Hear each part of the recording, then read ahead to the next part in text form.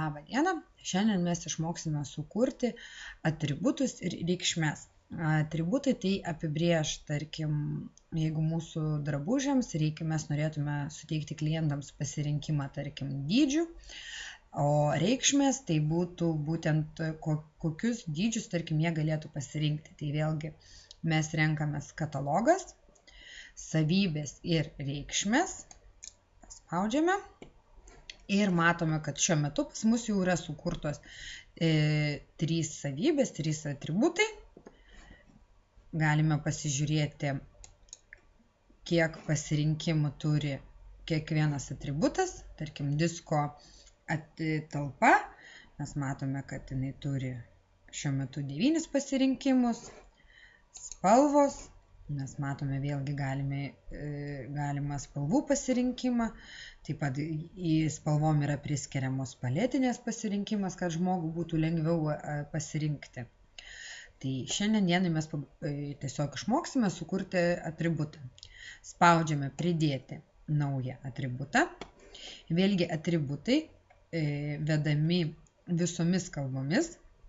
Jeigu mūsų svetainėje naudojamos 3 kalbos, tai mes turėtume visus laukelius pildyti 3 kalboms, jeigu 2 kalbos, tai 2 kalboms ir atitinkamai taip toliau. Šiandien dieną mes sukursime kategoriją dydis, atributą, taip, įvedam jį anglų kalbą, dabar įvedam jį lietuvių kalbą. Taip. Ties pavadinimu, tai čia mes užsižymime pavadinimą, pirmas laukelis, tai pavadinimas, kurį mes matysime prisijungę prie atgalinės parduotuvės sistemos, o rodomas pavadinimas, tai klientams būtų rodomas pavadinimas. Mes įvedėm lietuvių kalbą, taip pat įvedam ir anglų kalbą. Taip, galime priskirti šiai kategorijai atitinkamą URL adresą, tačiau mums šita funkcija yra labai nedažnai naudojama. Pildome tada toliau. Meta title, tai kaip ir prekės, kaip ir kategorijos, subkategorijos, kiekvienos jos turi meta title, meta pavadinimą šiuo atveju. Tai yra labai svarbu paieškos sistemoms. Taip, įvedame tada meta title.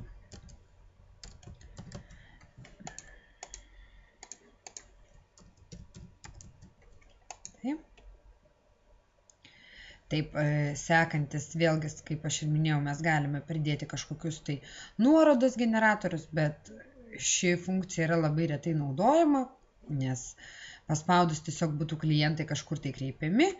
Tada meta pavadinimas, mes vėlgi pakartojam.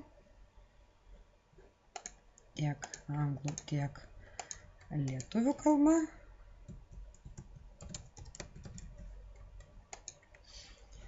Taip, ir kai mūsų galima pasirinkti, kad būtų sąrašas žemyn, arba galima, kad spalviniu, bet geriausia pateikti žmogui, kaip kad būtų sąrašas žemyn. Ir spaudžiame išsaugoti. Ir matome, kad mūsų atributas dydis yra sukurtas, tačiau jis šiuo metu dar neturi jokių reikšmių. Jeigu mes skleistume, jokių reikšmių nėra. Dabar mes pabandysime priskirti dydžių reikšmes. Spaudžiame pridėti naują reikšmę. Dabar mes išsirenkame atributą. Ar tai bus spalva, tai atributai požymio grupė, kadangi mes sukūrėme dydis, tai mes pasirenkam dydis, reikšmė. Vėlgi mes turėsime įvesti visomis kalbomis. Tai pradedam nuo S dydžio, lietuvių S dydžio. Galima vėlgi priskirti URL, tačiau mums to nereikia. Meta title vėlgi įsivedam. Prie meta title mes galime pridėti S.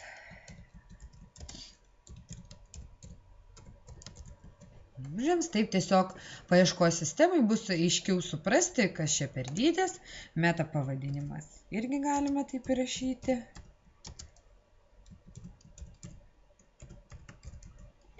Taip. Kai supildėme visus laukelius, spaudžiame išsaugoti ir mūsų dydis jau turi pasirinkimą. Jis jau turi reikšmę S. Lygiai taip pat galėtume pridėti ir sekančias. Vėl išsirenkam požymių grupę. Mums dabar aktuali dydis. Įvedam reikšmę. Tarkim, dabar jau dydis būtų M. Čia galima priskirti adresus arba nuorodas, tačiau dažniausiai tai ši funkcija yra nenaudojama, nes tai tiesiog klientus nukreipinės į kažkokius tai kitus puslapius. Tada meta title, tai mes turėtume, vėlgi galime parašyti platesnį aprašymą, meta title pavadinimą, kuriame būtų panaudotas vienas iš mūsų svarbiausių raktinių žodžių.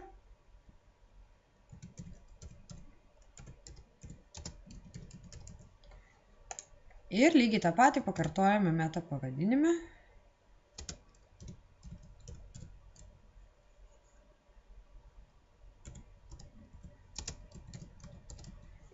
Taip, dabar kai jau mes priskyrėme, užpildėme visus mums reikiamus laukelius, mes vėl spaudžiame išsaugoti. Taip, matome, kad mūsų dydis jau turi dvi reikšmes. O dabar pabandysime tas reikšmes priskirti kažkokią tai prekiai, pasirenkam prekę. Taip, mes turėjome, kad prieš tai pamokoje sukūrė kelias prekes, tai mes pabandysime dabar tiesiog paredaguoti ir priskirti drabužių kombinacijas. Vėlgi einame į kombinacijos, kadangi šiuo metu pas mus jau yra sukurtos su talpinimu, mes jas pabandysime ištrinti. Bandysime sukurti naujas.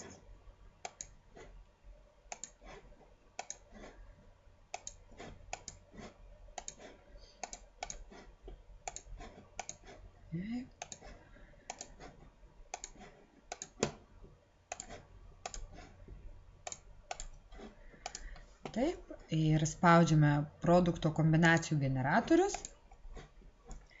Dabar išsirenkam drabužio spalvas, tarkim, tai būtų, išsirenkam kokias 4 spalvas, išsirenkam mūsų norimus dydžius, spaudžiame pridėti. Jeigu mūsų drabužio kaina, tarkim, skirtųsi nuo dydžio, mes pridedam, kad kaina pabrangtų ant 10 litų. Jeigu mūsų sistema skaičiuoja mokesčius, tai automatiškai mokesčiai prisiskaičiuotų ir mes jau matytume kainą su mokesčiais, kokia būtų. Numatome prekių kiekį, tarkim, 10 ir spaudžiame generuoti šias kombinacijas. Ir matome, kad mūsų drabužių kombinacijos yra sugeneruotos drabužiui. Spaudžiame išsaugoti. Ir pasižiūrime mūsų šitą prekę. Aišku, atnaujiname parduotuvę. Einame į parduotuvės pagrindinį puslapį. Ir dabar mes pasižiūrim, štai, man atrodo, šita prekė bus. Taip, su dydžiais. Ir mes matome, kad tai yra spalvų pasirinkimas, žmogus gali pasirinkti spalvą ir dydį. Kaina, vėlgi, kaip sakiau, kadangi mes įvedėm, kad M drabužio kaina yra didesnė 10 litų, tai kaina automatiškai padidėja. Jeigu mes pasirenkam S dydį, kaina automatiškai sumažėja ir jau jinai yra skaičiuojama su visais mokesčiais, jeigu mes tai atžymėsime įvedant prekę. Taip. Ir taip vat yra sukuriamos produktų atributai ir reikšmės. Taigi, ačiū už dėmesį.